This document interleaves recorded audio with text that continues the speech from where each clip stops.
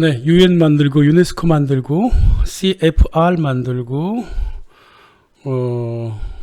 조금 삐껴나지만은 미국 연준도 만들었다고 볼 수도 있고 IMF 만들고 그렇게 만들도록 이끌어간 그 최초의 인물에 대해서 오늘 얘기를 하려고 합니다. 세실 로우즈, 남아공 케이프타운 총독입니다. 이 사람이 앵글로색슨 인종만 수뇌부에 남는 세계화를 최초로 제안을 했습니다. 우리가 세계화를 언제부터 제안을 했을까? 그 제안자를 본다면 우리 그 프란시스 베이컨 아틀란티스라고 하는 그런 그 앵글로색슨의 어떤 세계화의 조짐에 관한 얘기는 있었습니다만은 명백하게 앵글로색슨이 주도하는 지배하는 주도가 아니라 지배하는 세계화를 명백하게 그 구상을 해서 기획한 사람이 바로 세실 로즈고요. 그 세실 로즈의 기획에 따라 갖고 지금 100년 넘게 이 사람의 프로젝트가 이어지고 있는 겁니다. 네, 앵글로색슨이 지배하는 세계화. 그 말 그래도 세계화예요. 세실 로즈는 젊은 10대 시절부터 기업인으로 활동을 했습니다. 다이아몬드와 금광산업자로 출발을 하죠. 그래서 아프리카 전체 그 동부 전체를 장악했던 대영 제국의 그 구도자로서 활동을 했습니다. 자기 무덤도 짐바브웨이에 있어요. 그 짐바브웨이 그 예전 이름이 레디지아인데 자기 이름 따서 만들어서 나라 하나를 자기 이름으로 만든 거예요. 짐바브웨이에 자기 무덤이 있습니다. 그 할라렌가 하는 그 수도의 남서부 쪽에 몇백 킬로 밑에 옛날 고대 그 돌들 모여 있는 곳에 그 돌을 그 부숴갖고 자기 시체를 거기다 넣어서 아프리카를 내가 평생 지배하겠다. 이런. 2017년 2월 달에 그 무가베 짐바브웨 대통령이 여기를 찾아와가지고 이놈의 자식, 셰실러드 자식 유령이 돼서 다시 일어나면, 무덤에서 일어나면 내가 기관단총으로 대가리를 갈겨버리겠다. 이제 그랬는데, 욕먹으면서도 계속 갖고 있어요. 이것도 문화부에서는 그랬어요.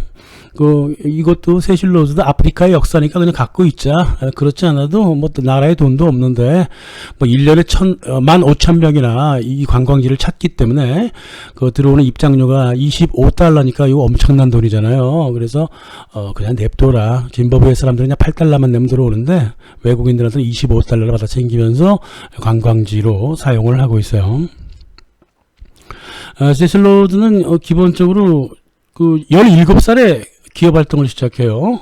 남아공에 가가지고 그 금광하고 다이아몬드 사업을 했는데 젊은 나이부터 아주 큰 돈을 벌게 됩니다. 드비어라고 하는 그 다이아몬드 광산업체를 만들죠. 생산과 그 판매까지 다 합니다. 그래서 이 돈을 누구한테 받았냐면 그 설립 자금을 로스차일드한테 받죠. 런던 시티에 있는, 런던에 들어가시면 시티가 하나 더 있어요. 런던 자체가 도시인데 그 안에 시티 오브 런던이라고 따로 있다고. 그 자치권을 갖고 있는 조그만 공간이에요. 거기에 로스차일드 본점이 있고요. 그 로스차일드 본점이 5개잖아요. 유럽 전역에 19세기에 5개, 거의 유럽에서 최초로 금융 네트워크를 구성한 그런 은행이죠. 거기서부터 돈을 받았는데 대영 제국은 말입니다. 런던 시티에 돈 없이는 대영 제국을 운영할 수가 없었어요. 그래서 세실 로즈가 로스차일드 돈을 받았다는 소리는 곧바로 대영 제국의 국제 정치에 뛰어든다는 뜻과 똑같은 거예요. 그래서 이 시티 오브 런던 근거하에 세실 로즈가 돈을 받아갖고 남아공 사업을 시작을 하게 됩니다. 그 사람이 유언장을 남겨요. 유언장을 남기는데 17살 때부터 기업을 시작하면서 뭐라 그랬냐면 대영 제국을 공고히 하고 아프리카와 아시아를 장악하는 동시에 전 세계에 영국 상품을 뿌리겠다. 좀 어린아이의 포부가 대단했죠. 그런데 이제 그로부터 7년 후 24살이 되면요. 24살에 거부가 돼버려요. 이 세실 로즈가. 유언장을 남깁니다. 1877년 유언장을 남기는데 한번 읽어보죠. 우리가 미국을 보존했더라면 영어 사용 인구 수백만은 더 있었을 것이라 느끼게 되었다. 나는 이 세계에서 우리가 가장 훌륭한 인종이며 우리가 더 잘 사는 세계일수록 인류에게 좋은 것이라 본다. 가증스러운 인간 족속들이 몇 군데 살고 있는데 모두 앵글로색슨 영향 밑으로 들어오게 해야 한다. 덧붙여 더 많은 세계를 흡수해서 우리의 통치 밑에 둔다는 것은 전쟁을 하지 않는다는 것도 의미한다. 이렇게 얘기했습니다. 명백한 앵글로색슨 제국주의입니다. 예. 그래서 이 앵글로색슨 제국주의를 위하여 비밀단체를 만들어야 된다. 정치를 믿을 수 없다.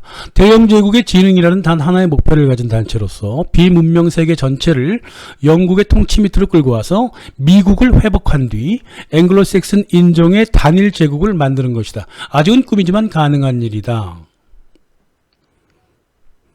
이 돼지 대가리를 가진 지난 세기의 두서 정치인들 때문에 우리가 기회를 많이 놓쳤다. 죽이고 싶지 않은가 이들을. 우리는 세계의 크기와 넓이를 안다. 아프리카를 취하는 것은 우리의 의무다. 앵글로색슨 인종, 즉 이 세계가 가진 가장 인간적이며 가장 명예로운 최고의 인종을 더 많이 살게 한다는 것을 의미한다. 이것이 앵글로색슨 세계화의 목적이에요.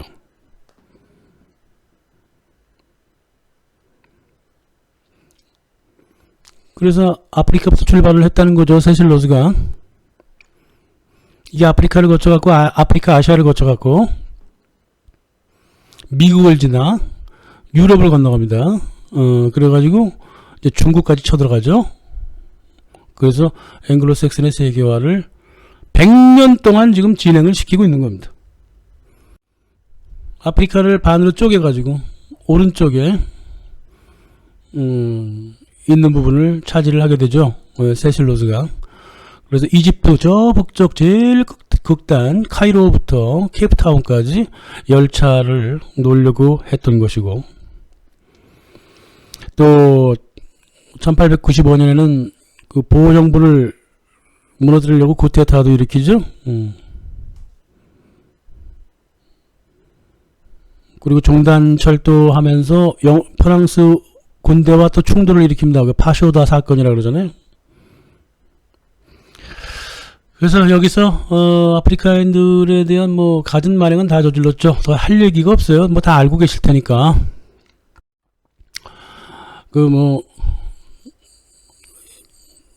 아프리카 왼쪽은 프랑스가 식민 통치를 했고 아프리카 오른쪽은 영국이 식민 통치를 했는데 굉장히 독특하죠. 예, 프랑스는 말이에요. 건방지기가 이를 데 없어가지고요. 흑인들을 인간으로 일단 취급하되 저열한 인간으로 취급을 해서 문명화 시켜야 한다 그러면서 교양 서적 읽힐래야 그러고 이 난리를 쳐놨습니다.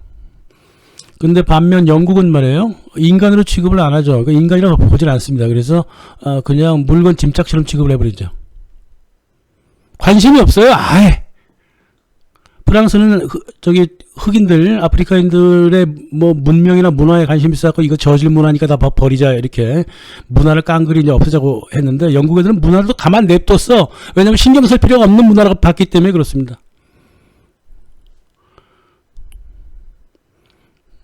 이 앵글로색슨이라고 하는 사람들이요, 무식하게 이를 데 없는 사람들이잖아요. 문화 자체가 없잖아요. 그거는 T.S. 엘리어트도 얘기했고요. 매치 애널도 얘기했고요. 도대체 영국 사람들은 문화가 없다 그랬거든요. 맞는 소리입니다. 문화가 뭔지를 몰라요. 그냥 본능 그 자체고 관심 없으면 관심 없는 거고 무관심이고 그래요. 지네밖엔 관심이 없어요. 지네밖엔 오로지 자기네 가족밖에는 관심이 없고 세계 문화에 관심이 없어요. 본능적이고 그렇게 행동을 합니다. 그러니까 흑인들한테도 막 낙인 찍어요. 그 낙인은 흑인한테만 찍었나? 1차 세계대전, 2차 세계대전, 백신 맞았다, 안 맞았다, 이런 영국군한테도, 옷에다가 그냥 페인트를 막 칠해요, 막. 뭐 하는 짓이야, 그게.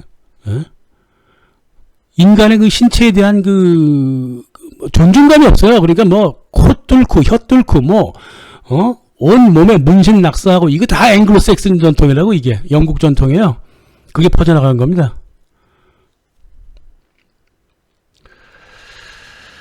아무튼 그래서 아프리카를 이렇게 무시하게 운영을 했으니까 말입니다. 그 아프리카에 여행 온 영국 여인들은 말이에요. 흑인들 앞에서 홀라당 옷을 벗었어요. 왜? 목욕하러 들어가는데 뭐 흑인 남자 하인 있어봤자 무슨 소리냐. 걘데 여러분들 그 반려견이나 그 고양이들 앞에서 야 저리 가 그런 다음에 옷 갈아입어요? 안 그러잖아요. 그냥 갈아입잖아요. 똑같은 짓을 했다니까. 정말 아이러니컬하게 나중에 이제 저기 아프리카 동부 쪽 나라의 그 경제 성장과 그 해방 이후에 그 서부 쪽 나라의 경제 성장을 비교하면 동부 쪽이 훨씬 뛰어나거든요. 이런 아이러니가 어디 있어? 왜 그런지 아십니까? 프랑스가 통치했던 아프리카 국가는요, 문명이랍시고요, 전통 문화를 깡그리 무너뜨려 버렸습니다. 그러니까 자생력이 사라져버린 거야, 이 서부 아프리카 쪽이. 그러니까 계속 못 살아, 서부 쪽은. 근데 동부 쪽은 그래도 승승장구했던 것이 영국 사람들이 이 아프리카 문화에 관심이 아예 없으니까, 무시해버렸으니까 자기네 종족 문화를 그대로 갖고 갔다고요, 해방이 된 이후에도. 그 문화의 근거에서 자기네들의 자생력을 키운 거예요. 아이러니컬하죠? 책 사준 첫째 아들놈 반에서 꼴등하고, 바깥에서 그냥 아무나 키운 그 막내 아들이 공부 잘하는 건 똑같은 거예요. 그건 이제 영국하고 프랑스의 그런 관계 없는 거죠. 이 사람들 어떤 문화적인 자생력이 얼마나 자기네들의 경제 성장에도 도움이 되는가, 이 얘기인데, 아무튼 간에 아프리카를 그렇게 아작을 내놨죠. 어떻게 통치하든 간에 통치해서 통치한 거잖아요. 그래갖고 지금도 그래. 지금까지도 세상에 한 나라의 총리를 불태워 죽이고 말이야. 그 깡패 들어와서 한 나라의 대통령을 두들겨 패는데도 그걸 다 그냥 필름으로 찍고, 예? 이래가지고 1865년부터 1965년까지 100년 사이에 아프리카의 수장 60%가 암살당하거나 추방당하거나 감옥소에서 죽거나, 특히나 파트리스 루문바 콩고 총리 같은 경우는 세상에 이 올바른 사람을 국민들이 그렇게 좋아했던, 한국 같으면 그 당시 같으면 김구 정도 되려나, 그런 사람을 갖다가 끌고 가서 총에 쏴 죽이고 휘발유 불에서 불태우고 말이야. 그거를 영국의 MI6가 했다고요. 그 담당자가 여자예요, 여자. 댄 파크라고 하는 옥스퍼드 출신 요원이라고요.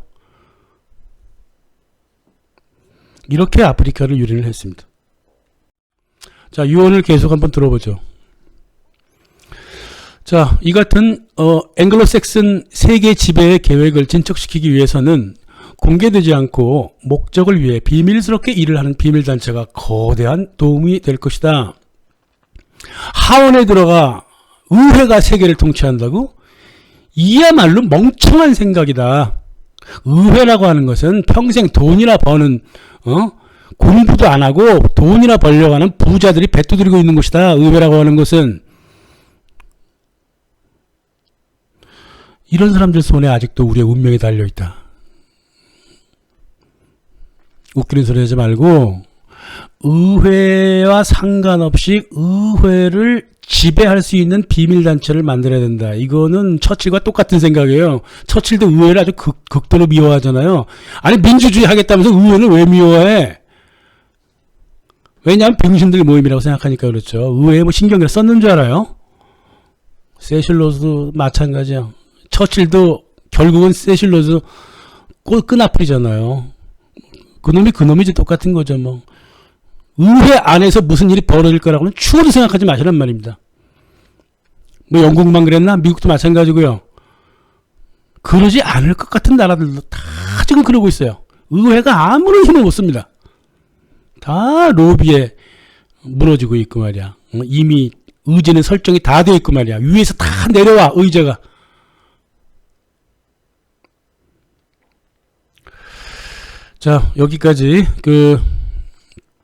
세실 로즈가 앵글로색슨 제국주의를 위해서 자기 몸을 모두 헌신하고 자기의 회사 직원, 비서, 옥스퍼드 그 후배들 또 자기 밑에 있던 그 직원들 이런 사람 깡그리 긁어 모아가지고 자기가 평생 번 돈을 갖다 내요. 그러면서 영미 제국주의를 위해서 기획을 하게 되는데 여기에 또 꼽사리를 끼는 놈이 누구냐면 또 유대인들이잖아요. 어차피 이제 세실 로즈가 그 로스차일드 은행과 같이 협업을 했기 때문에 또 깊숙하게 협업을 했기 때문에 이놈들이 가만히 있을 수가 없잖아요. 하필 1880년대 세실 로즈가 아주 아프리카에서 히트를 치고 있을 때 그 사실을 다 알고 있었어요. 유대인들이. 1897년 건절이죠. 그때 그 1897년 언저리 95년에 성립됐던 그 시오니즘이 이제 97년에 콩그레스가 만들어져 가지고 전 세계에 유대 제국주의를 뿌리자는 게 이제 시오니즘이에요. 처음에 시오니즘은 이스라엘을 성립하자, 우리도 우리나라 만들고 싶다, 어쩌고 저쩌고 다 개소리고, 유대인이 주도하는 세계 제국주의를 만드는 둘이 딱 맞잖아. 앵글로색슨하고 딱 맞잖아요. 영국, 미국 유대인 이렇게 세 놈이 뭉치기 시작합니다. 이때부터 1890년대부터 이게 이제 계속 흘러갑니다. 진짜 콱 뭉친 게 1913년이에요. 미국 연준을 만들면서부터 앵글로색슨 제국주의자들하고 유대 제국주의자들이 찰싹 달라붙습니다. 얼마 되지도 않잖아요. 1890년부터 1913년까지라면 뭐 한 25년 정도밖에 안 돼. 그 사이에 찰싹 달라붙어요. 그 사이에 러시아 혁명도 일으킵니다. 이 둘이서 짝짝꿍 해가지고. 그거는 제가 영상 크게 하나 만들 생각이에요. 근데 그 정도는 만들 수 있죠. 그래서 유대 제국주의를 선언했던 테오도르 헤르첼, 이거 기자 출신인데 말이에요, 이 자식이. 세실 로즈한테 편지를 보냈는데, 이게 1902년에 보냈을 겁니다. 그러나 1902년에 세실 로즈가 사망합니다. 그래서, 편지는 읽었겠지만, 실제 일은 뭐, 얘가 같이는 안 했겠죠. 그 밑에 있는 애들이랑 했죠. 귀하는 지금 역사를 만드는 일을 하고 있습니다. 놀라지도 않으실 테고 뭐 웃지도 않으실 겁니다. 워낙 위대한 분이시니까 세실 로즈 당신은. 예? 그리고 우리가 하려고 하는 이스라엘 성립은요 귀화의 일과 관계가 없습니다. 아프리카 쪽으로 안 갈 겁니다. 예. 팔레스타인 작은 땅에서 일할 건데요. 우리 같이 합시다. 우리가 같이 하고 있는 일은 뭐냐면 식민 통치하는 겁니다. 식민 통치하는 일이니까 제가 이렇게 편지를 보낸 거 아닙니까? 라고 편지를 보냈습니다. 같이 하자는 거잖아요. 응? 근데 이스라엘 회복이라고 하는 거, 이스라엘 돌아가고 있다는 거, 뻥이잖아요. 식민 통치잖아요, 그게. 아예 팔레스타인 식민 통치하는 거잖아요. 이 시오니스트 말을 절대 믿으면 안 돼요. 이로부터 시오니스트 그 군대 만들었어. 테러리스트 단체 만들었어. 이군이라고 만들고 말이야. 그거 다 이끈 놈이 이스라엘 초대 총리 벤구리온입니다. 모사드를 만들었다 이 말이에요. 쉽게 얘기해서 이군이 그 모사드의 그 전신이잖아요.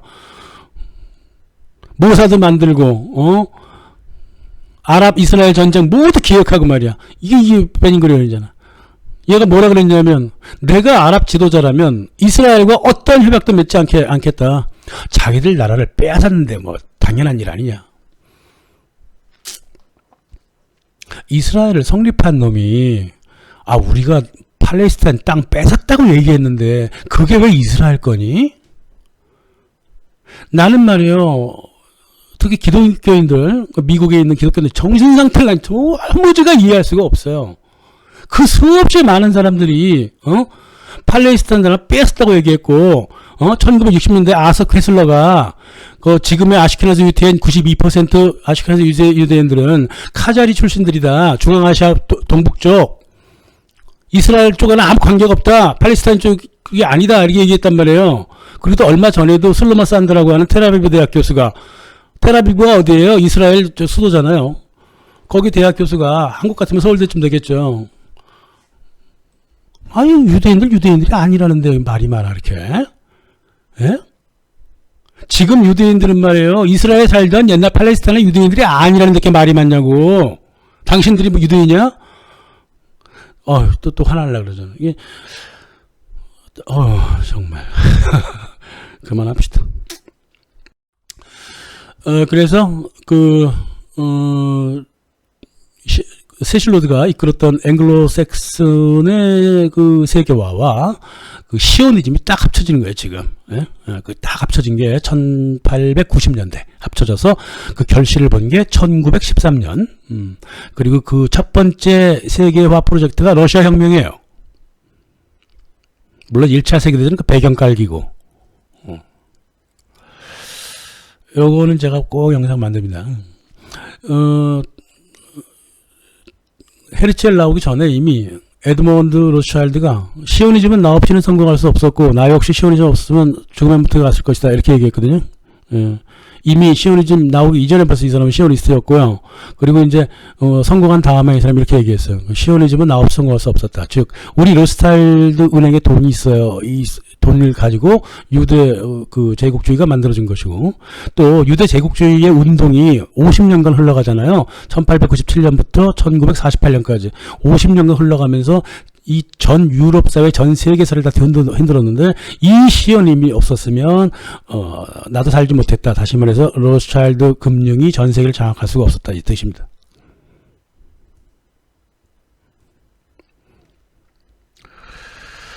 그래서 이렇게 앵글로색슨과 유대는 같은 거예요. 그래서 앵글로색슨 제국주의 그러면 그 안에 유대인 들어가 있겠구나 이렇게 생각하면 됩니다. 그래서 두 개의 거대한 그 조직을 만들었는데 하나는 필그림 협회, 하나는 원타크회입니다. 필그림 협회는 세실로드 사망한 바로 그 해 1902년에 만들었고 7년 후 원타크회가 만들어져요. 본격적으로 이제 가열차게 세계화를 위해서 움직이는 그런 회의가 만들어집니다. 그래서 원타크회의하고 필그림 협회에서 말입니다. 자, 세계화 플랜을 짜자 이렇게 된 거예요. 그래서 플랜을 짜는 놈을 골라보자 이래갖고 고른 놈이 누구냐면 허버트 G 웰스라고 하는 놈하고 알도스 헉슬리라고 하는 놈하고 또 미국에 있었던 에드워드 맨델하우스라고 하는 놈하고 또 누가 있냐면 아놀드 토인비가 있습니다. 영국에. 이들 그룹이 채덤 하우스를 만들죠. 영국 왕립국제관계연구소, 이것이 미국 국제관계연구소로 나중에 1921년에 만들어져요. 뉴욕에. 그게 지금의 CFR입니다. 둘이 똑같은, 제목이 똑같아요. 그죠? 얘네들이 얼마나 공격적인 애들이냐면, 그 채덤 하우스라고 이름을 바꿨는데, 그 채덤 경은 누구냐면, 1776년, 영국과 미국이 이제 싸울 때, 그때 조지 3세가, 영국의 조지 3세가 로스차일드한테 돈 빌리려고 그랬거든요. 그랬더니 채덤경이 나와갖고, 저 로스차일드 국제금융가 놓으면 지네 이익밖에 아는 게 없으니까 돈 받지 마시라고. 영국 왕실 무너진다고. 그래갖고 딱 막았어요. 로스차일드의 적이에요, 적. 채덤경은. 근데 그 사람이 이걸 딱 갖고 와서 자기네 마크로 딱 삼아. 야, 이건 사이코패스 아닙니까? 솔직히 얘기해서. 이 사이코패스 짓 엄청나게 많아요. 그 다우닝 스트리트라고 있잖아요. 그 금융가, 영국의 런던. 그 다우닝이 누구예요? 천하의 그 존 로우 같은 그 사기꾼이잖아요. 그 사기꾼, 천하의 사기꾼 놈의 이름을 난 거리에다가 금융거리를 만들어 놓고. 영국 애들이 이렇게 장난을 합니다. 영국의 스네버들이. 영국 사람들은 바보처럼 끌려가요. 자, 아놀드 토인비가 말 그대로 채덤 하우스를 초기부터 계속 이끌어요. 나중에 이제, 사무총장이 되긴 됩니다. 국장이 돼요. 그래서 세계화 정부 이론을 세운다고. 그게 역사 연구예요. 7권짜리인가 6권짜리 엄청난 책이 있잖아요. 그게 이제 자기 세계 정부가 왜 필요한가에 대한 그냥 미주알 고주알 다 써놓는 거예요. 거기다가. 또 한 가지가 있습니다. 여기에 또 변수가 뭐냐면, 그 당시 록펠러라든가, 로스차일드라든가, 이제, 볼셰비키 혁명에 굉장히 고문을 받아요. 얘네들이.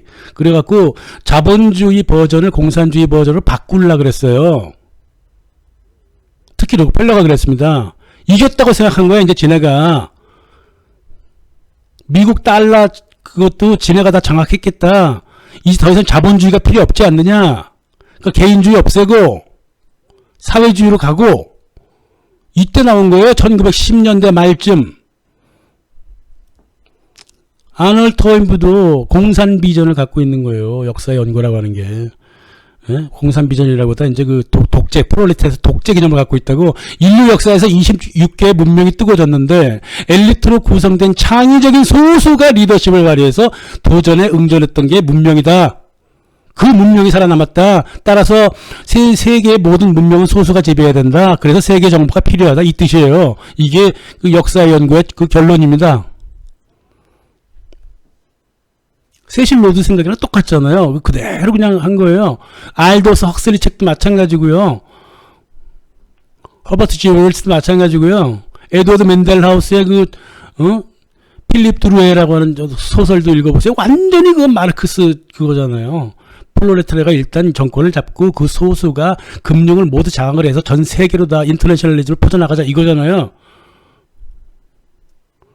그래서 미국에서 존 듀이라고 하는 놈들, 이런 놈들이 나와가지고 공산적 개념, 사회주의적 개념으로 그 미국 교육을 죄다 바꿔버린단 말입니다. 예? 개인주의 없애고, 서로 협력하고, 이 협력하라는 건 줄 알아요?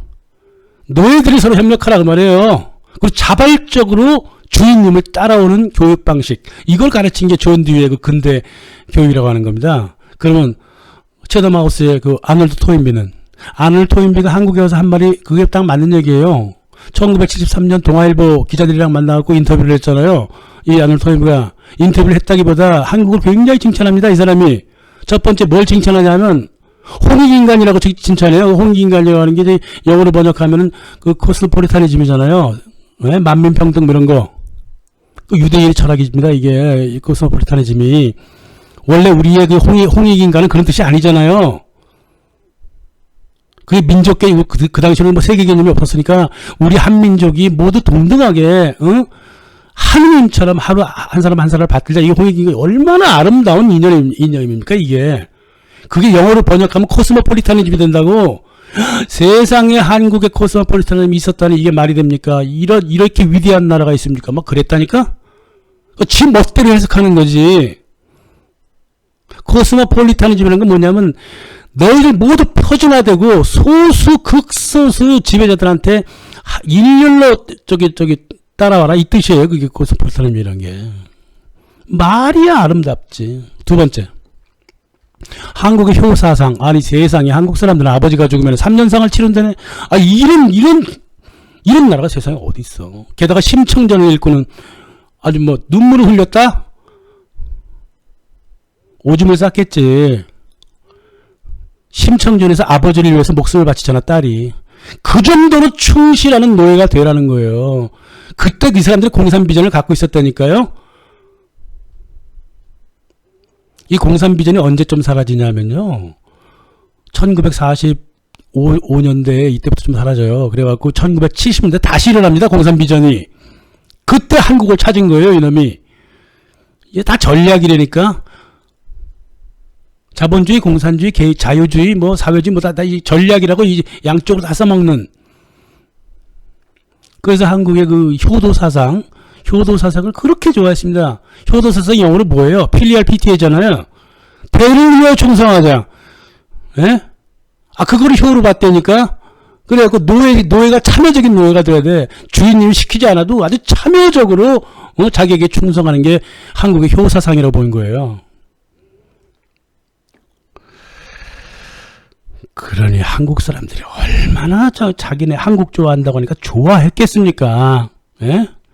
세상에 한국이 세계의 미래다 이렇게까지 칭찬을 했다니까. 우리 한국 사람들이 아무것도 모르고 좋아했던 거야. 지금까지 좋아하는 병자들이 있어.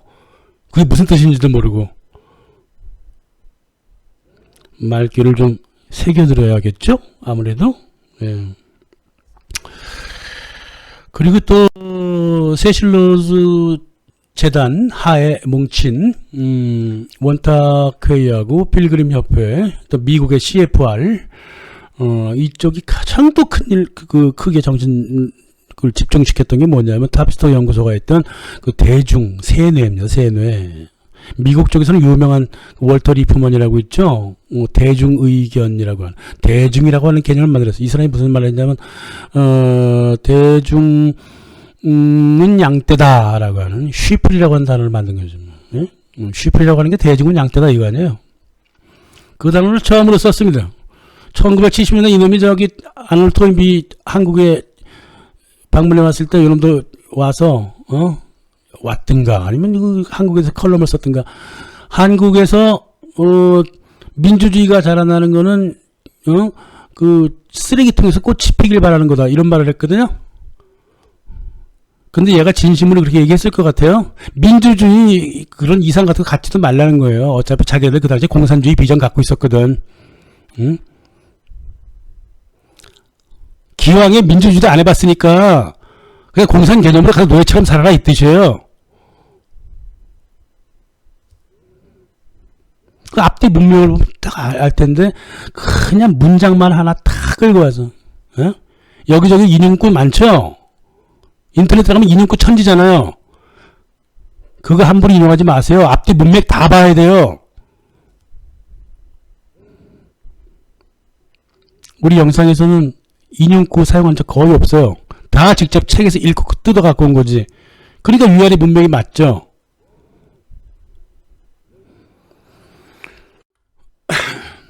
그래서 뭐 국제연맹 이런 거 다 만들어내요. 얘네들이. 아주 전 세계를 갖고 놀아. 지금은 더 하고요. 2차 세계대전 끝나고 나서 유네스코도 만들고 UN 만들고 말이죠. IMF 만들고 월드뱅크 만들고 나토 만들고 마셜 플랜 만들고 국제사법재판소 만들고 모두 얘네들이 만들어요. 앵글로색슨 세계화주의자들이. 그래서 유네스코 초대 위원장이 누구예요? 총재가 알도스 헉슬리 동생, 형이가 아무튼 형제 줄리안 헉슬리가 만들잖아요.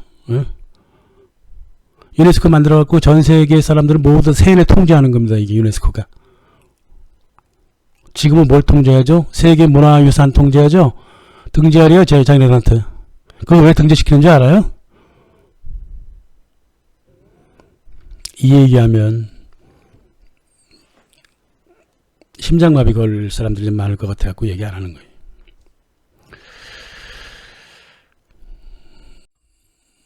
그래서 미국 사람들이 이제 눈치를 까죠. 차근차근 눈치를 갑니다. 20세기는요, 특히 1913년 이후부터는요, 2021년 오늘까지, 6월 4일까지, 비선실세의 시대예요. The power that be, 존재함으로써 권력을 행사하는 겁니다. 행동하지도 않고요. 행동을 다 딴 사람한테 시킵니다. 표명하지도 않습니다. 마니페스테이션 하지도 않아요. 말하지도 않아요. 가만히 앉아서 두 손가락 까닥 정치인들과 이런 애를 움직이는 겁니다. 그래서 1941년에서 45년까지 미국 부대통령을 했던 헨리 월레스가 이렇게 얘기하죠. 전후의 파시즘은 앵글로색슨 제국주의를 꾸준하게 밀어붙여 러시아와 전쟁까지 치를 것이다. 특정 인종, 정적, 계급들을 인정하지 않고 저주하는 미국의 파시스트들은 이미 러시아와 충돌을 핑계거리로 이야기하고 문서로까지 만들고 있다. 냉전을 이미 다 준비했다는 거예요. 이게 뭐 2차 세계는 준비 안 했나? 지네가 다 했지.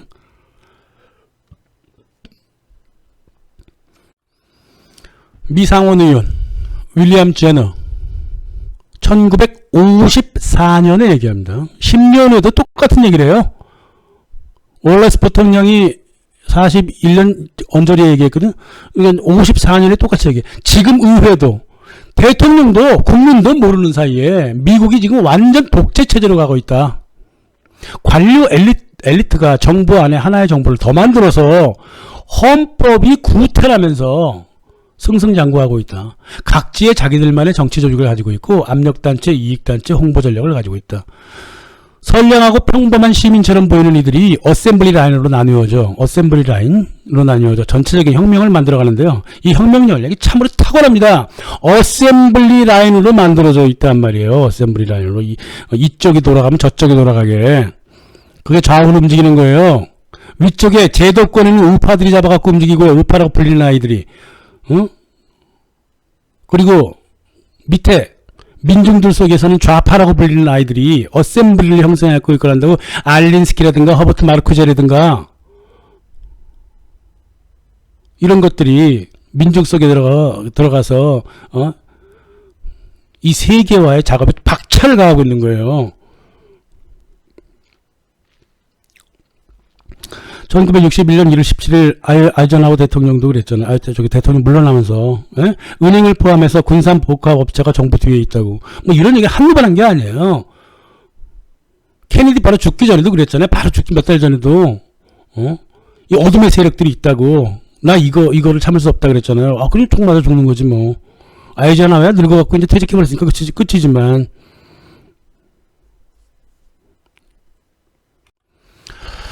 (1966년) 캐롤 퀴글리가 정확하게 얘기한 게 맞아요. 네.